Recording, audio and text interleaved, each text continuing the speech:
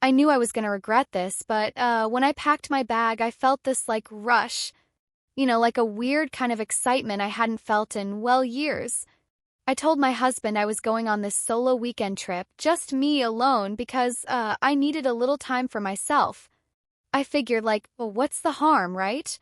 Just a couple of days to clear my head. But what he didn't know, what I didn't tell him, was that I wasn't just getting away. I was pretending to be single again. And yeah, that's when things really started to spiral. Oh, right. I'm Anna, by the way. I'm 36. You're probably sitting there thinking, seriously? Someone your age pulling this kind of stunt? And like, yeah, I get it. I really do. But after years of like the same routine, the same guy sitting across from me at the dinner table night after night, I don't know. I just needed to feel wanted again? And Josh, my husband, he had no idea. This wasn't just some solo trip. I mean, it kind of was, but it was also, more than that. I was looking for something. Something I lost a long time ago. The day I left, I kissed Josh goodbye like I always do, but, something about it felt different. Maybe it was guilt. Or maybe it was the, excitement. Either way, I knew, like, deep down that I wasn't coming back the same. I said all the right things before I left. I'll miss you, I said. I'll keep in touch. But in my head, I knew I wasn't just going to get some fresh air. When I got on that plane, I told myself, it's just a break, just a little reset, and I kept telling myself that over and over. But deep down, I knew. I knew this wasn't just about, like, getting away. There were things I'd been pushing down for so long, stuff I couldn't ignore anymore. I needed to feel desired. I needed to feel alive. I'll never forget that first night in the hotel. I walked into the room, dropped my bags on the floor, and just stood there looking out at the city below. But here's the thing, I wasn't really alone in that room. Not mentally, anyway. I was already thinking about the people I might meet. It wasn't like a plan to cheat or anything. I wanted attention. But that's the thing, isn't it? You tell yourself it's harmless, just a little flirting, but the second you take that first step, it's not so innocent anymore. It started with this simple conversation at a bar. He was charming, like the kind of guy who's super easy to talk to. I wasn't even trying to stand out or anything. I was dressed casually, just feeling confident. We talked about life, what brought us to this city, being away from home, stuff like that. He asked if I was visiting alone, and I could have lied. I could have said I was married. But the truth is, I wasn't ready for anyone to know I was tied down. For the first time in like years, I just wanted to be someone else. I know what you're probably thinking. Anna, you're married. Why the hell are you doing this? But the thing is, you don't realize how much you've changed until you get a taste of something different. That night, I felt like the younger version of myself. The one with options. The one who felt like she had control over her life. And yeah, that feeling? It was intoxicating. It didn't stop there. The next few days, I kept running into him, and every time my heart would race a little faster. We talked more. We laughed more. He made me feel alive. But here's the thing, I wasn't thinking about Josh. Not the way I should have been. I wasn't thinking about, like, the life we'd built together or the years we'd spent supporting each other. I was thinking about me. About the woman I'd lost somewhere in the middle of marriage and responsibilities. And then it happened. I made the decision to go further. And that was the moment everything, clicked. I wasn't pretending to be single anymore. I wasn't just having fun. I was cheating. And, I knew it. It wasn't like a one-time thing either. We saw each other almost every day, and the more time I spent with him, the less guilty I felt. And that's the thing, right? Once you cross that line, it's so easy to keep stepping further over it. I never planned on telling Josh. And I definitely wasn't planning on getting caught. But, the excuses started piling up, why I wasn't texting back, why I was staying out late. I couldn't shake this feeling that something was about to happen. Like, maybe Josh was starting to figure things out, even if I wasn't ready to admit it to myself. This wasn't just about me and the guy I was with. It was about the bigger picture. The marriage, the lies, the reasons I wasn't honest with myself about what I needed anymore. And no matter how much I wanted to, brush it all off, I couldn't. 'Cause sooner or later, the truth was going to come out. So yeah, I guess this is where it all started. The first time I felt free, and the first time I betrayed my husband's trust. The guilt wasn't there yet, but, it was coming. It always does. What happens next? Well, that's when everything starts to, fall apart. I couldn't stop thinking about it. The guilt, the excitement, the fear, it was all, blending together, and I had no idea how to make sense of it. Every time I looked at my phone, I'd feel this, knot in my stomach. Josh was texting me, asking how my trip was going, little things like, "Did you eat yet?" or "What's the weather like?" And I'd just brush him off with these short, vague replies. I didn't want him to know what was really going on. I kept telling myself, it's just a fling. It's nothing serious. Just something to feel like myself again. But the problem with lies is they start to snowball. And every time I lied to Josh, I felt like I was slipping further and further away from the person I used to be. The longer I stayed in this single-minded headspace, the more detached I became from my actual reality. I didn't realize how deep I was in until, the morning it all came crashing down. I woke up early, feeling restless, but kind of excited, And instead of going out to explore the city like I was supposed to, I went straight to his hotel room. Nobody knew where I was. Nobody knew what I was doing. I kept telling myself, it's fine. It's not like I'm with him every single day, right? It's not like I've made some kind of full-on commitment. But that morning I crossed a line. And that's when it hit me, the real guilt. That moment when you realize it's not just harmless fun anymore. I'd done something I couldn't take back. It wasn't just about feeling wanted anymore. It was about betraying the one person who trusted me the most. Josh, the guy I'd been with for over a decade. The guy who'd stood by me through everything. And yet there I was, lying to him. Pretending to be someone I wasn't. I thought about coming clean, Packing my bags and heading home. But, I couldn't. It was too late for that. Here's the thing, though. I didn't know Josh was already starting to get suspicious. I hadn't realized how many, red flags I'd left behind. I'd been careless with my time, with my communication. He'd started noticing that something was off. He didn't know exactly what, but, he could feel it. And that's when it all started to unravel. That evening, I came back to my hotel room, my heart racing. Partly from excitement, but also from this, growing sense of dread. I'd been ignoring Josh's calls all day, and now he was texting me again, asking when I'd be back. The more I avoided him, the heavier the guilt got. I sent a quick reply, something like, "Oh, I'm out with some people, I'll call you later," but the text just kept coming. That moment, I knew I had a choice. I could keep lying. Keep pretending everything was fine, like I was still the woman he thought I was. Or I could come clean. But I didn't. I didn't have the guts to face what I'd done. And that's when the real consequences started to kick in. 'Cause Josh wasn't just sitting at home, waiting for me to come back. No, he was putting two and two together. And he had a plan. I didn't realize it yet, but Josh had already started digging.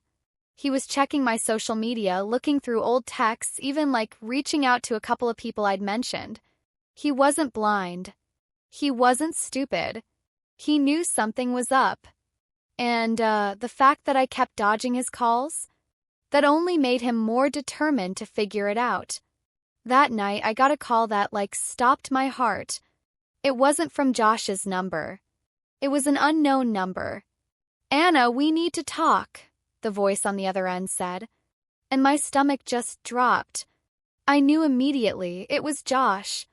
I froze, trying to think of anything to say, but my mind just went blank. There was no excuse. I know what you're doing, he said, and those words hit harder than I ever expected. I know you've been lying to me. I know about him. I know everything.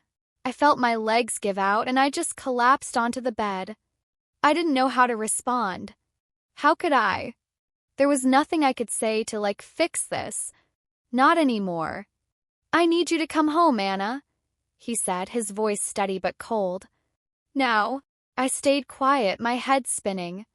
Part of me wanted to deny everything, to, pretend he was wrong, but deep down I knew he wasn't. He had all the proof. I'd been caught. And honestly, I was crushed. I had no idea what was going to happen next, but I knew it wasn't going to be easy. Josh wasn't the kind of guy who would just, forgive me and move on. And I had no clue how I was going to face him. I thought about ending the call right there, just leaving you with the aftermath. But I can't. You need to hear what happened next. It's not just about the betrayal, it's about, everything that came after. When I heard his voice on the phone, it wasn't angry. Not yet. It was calm. But there was this undercurrent of hurt that cut through me like a knife. Josh, I whispered, but he interrupted me. Don't, he said. I don't want to hear it right now. Just come home. I felt tears welling up and my hands were shaking. I'm sorry, I finally blurted out, even though I knew those words wouldn't mean a damn thing. Sorry, he scoffed, his voice sharp. Do you really think saying sorry fixes this, Anna? Do you think that erases what you've done?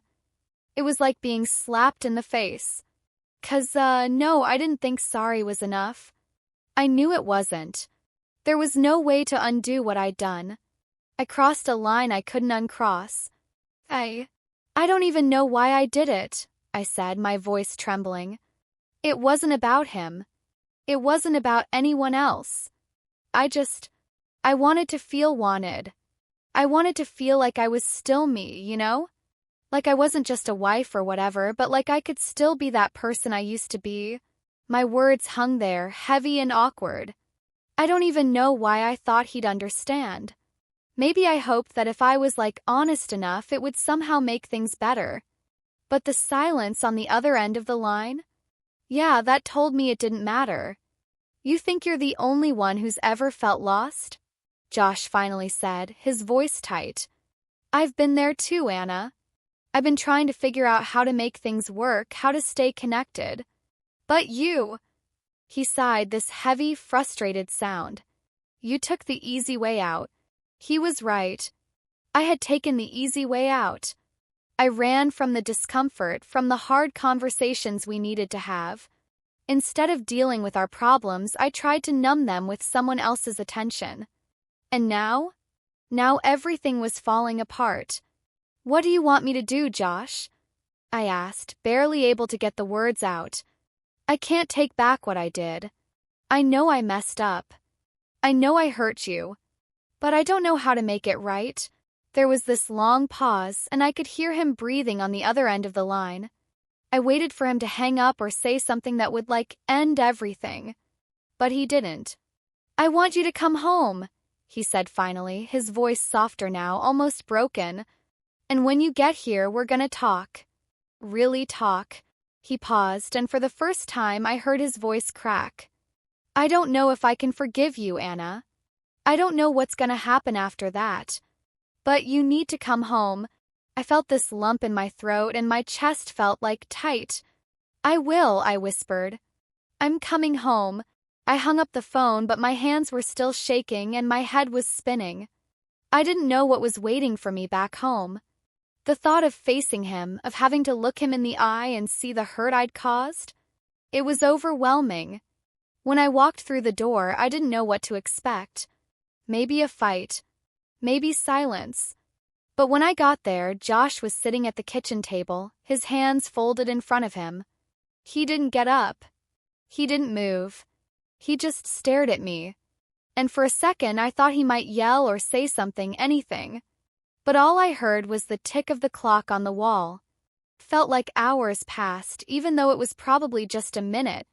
Finally, I broke the silence. Josh, I don't know if I can do this, he said, cutting me off. His voice was steady but cold. "I don't know if I can look at you the same way again. I don't know if I can trust you. Not after this." Those words, they hit harder than anything else he'd said, because the truth was I didn't know if I could trust myself either. "I'll stop here if you want me to adjust, or if you'd like me to continue. Let me know." Those words hit me like a freight train. And honestly, I didn't know what to say. How could I? I mean, how do you respond to that when you know they're right? I sat down across from him, my hands folded in my lap like some kind of reflex. "I never wanted to hurt you," I said, my voice barely above a whisper. "I never wanted to destroy what we had." Josh didn't reply.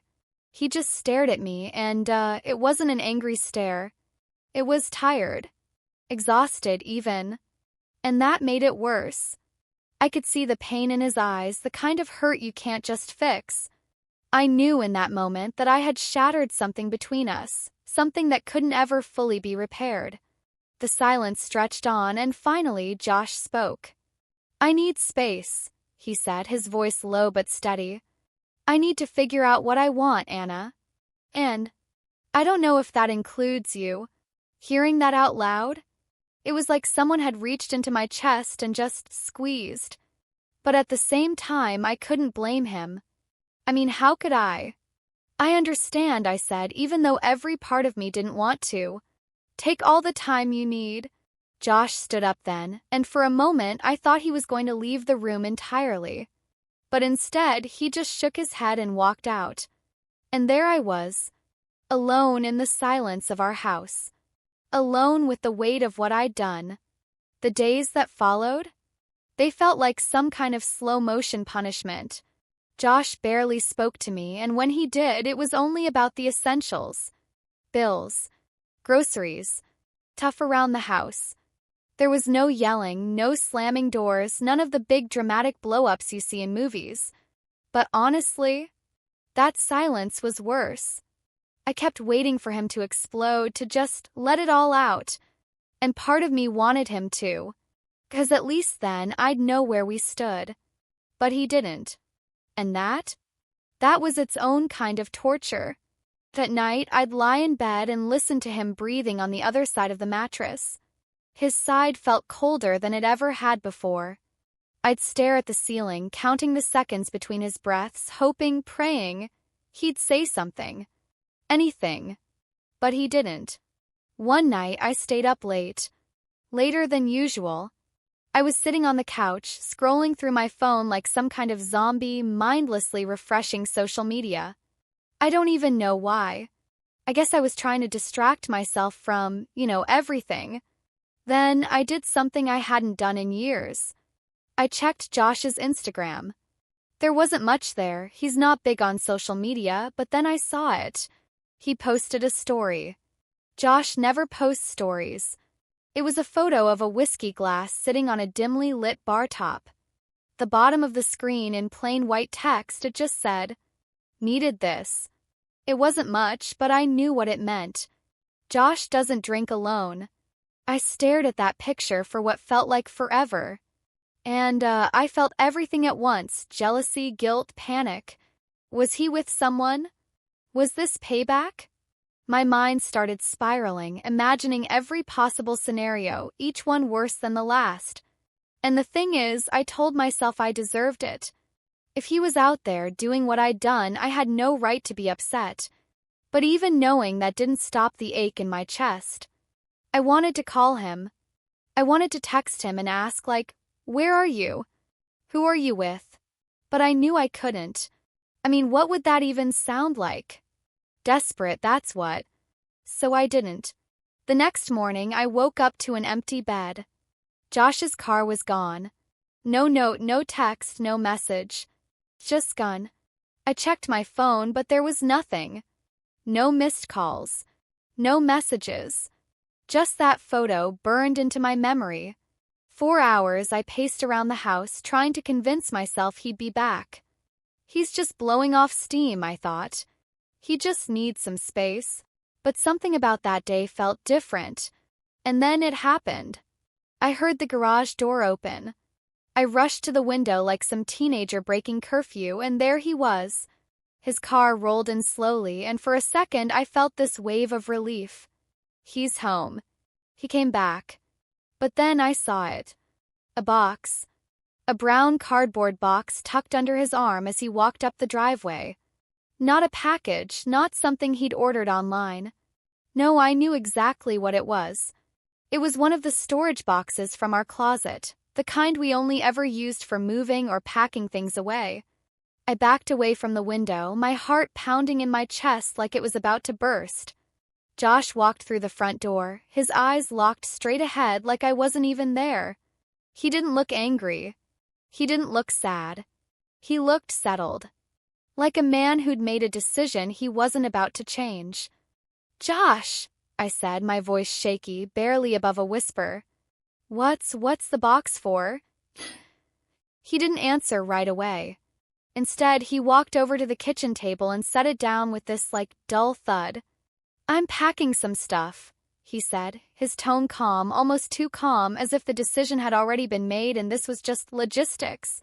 I stood there, frozen, watching as he moved around the room with this quiet precision. He picked up random things, a couple of books from the shelf, a sweatshirt from the back of the chair, his favorite coffee mug from the cabinet. It wasn't frantic. It wasn't rushed. It was methodical. Wait, I said, stepping closer, my hands out like I could physically stop him. Can we talk before you do this? Please." My voice cracked. "Josh, please don't do this. Not like this." That's when he finally looked at me. And, it wasn't anger I saw in his eyes. It wasn't even sadness. It was exhaustion. He looked like someone who had been fighting for so long and just didn't have any fight left in him. "We've talked, Anna," he said quietly. "I've done all the talking I'm gonna do." No, I stammered, the tears already welling up in my eyes. "You can't just walk out. This isn't you, Josh. This isn't us." He tilted his head slightly, letting out this short, humorless laugh. "This is us, Anna. This is exactly who we are now." I shook my head, trying to keep it together, but my voice cracked again. "I messed up, okay? I know I messed up. But we can come back from this, Josh. We've been through worse." "No." His voice was firm but not loud. "I've been through worse," he said, his words cutting deeper than I thought possible. "And I stood by you. Every single time. But this..." He gestured vaguely around the room like he was pointing at everything we'd built together, everything we'd now lost. "This is something I can't stand by." And that's when it hit me. Really hit me. I was losing him. The life we'd built, the promises we'd made, it was all crumbling right in front of me, and I couldn't do anything to stop it. "I'm not giving up on us," I said, my voice trembling but louder now, like I thought maybe saying it with conviction would make it true. "You can't just leave, Josh. You're my husband. We're supposed to fight for this." He put the mug down on the counter, and for a moment his eyes softened. "But that somehow made it worse." "I fought, Anna," he said, his tone quieter now. "I fought for us for a long time. But at some point you realize you're the only one fighting." My legs felt weak, and I sank into the chair at the table, staring at my hands like they didn't belong to me. I wanted to say something, anything, but every word felt hollow, like it wouldn't make a difference. "Please," I whispered, my voice barely audible now. "Please stay. Please don't leave me. Please just give me one more chance." But deep down, I already knew it wasn't enough. Josh picked up the box, holding it firmly in his hands. He looked at me one last time, and it wasn't anger or bitterness in his expression. It was finality. "Take care of yourself, Anna," he said softly. And then he walked out the door. I sat there for hours after he left. My phone buzzed a few times, probably spam emails or random notifications, but I didn't check it. I didn't care. The house felt so quiet. Too quiet. The kind of quiet that makes you realize just how loud love used to be. For the first time in years, I was completely alone. And the worst part? I had no one to blame but myself.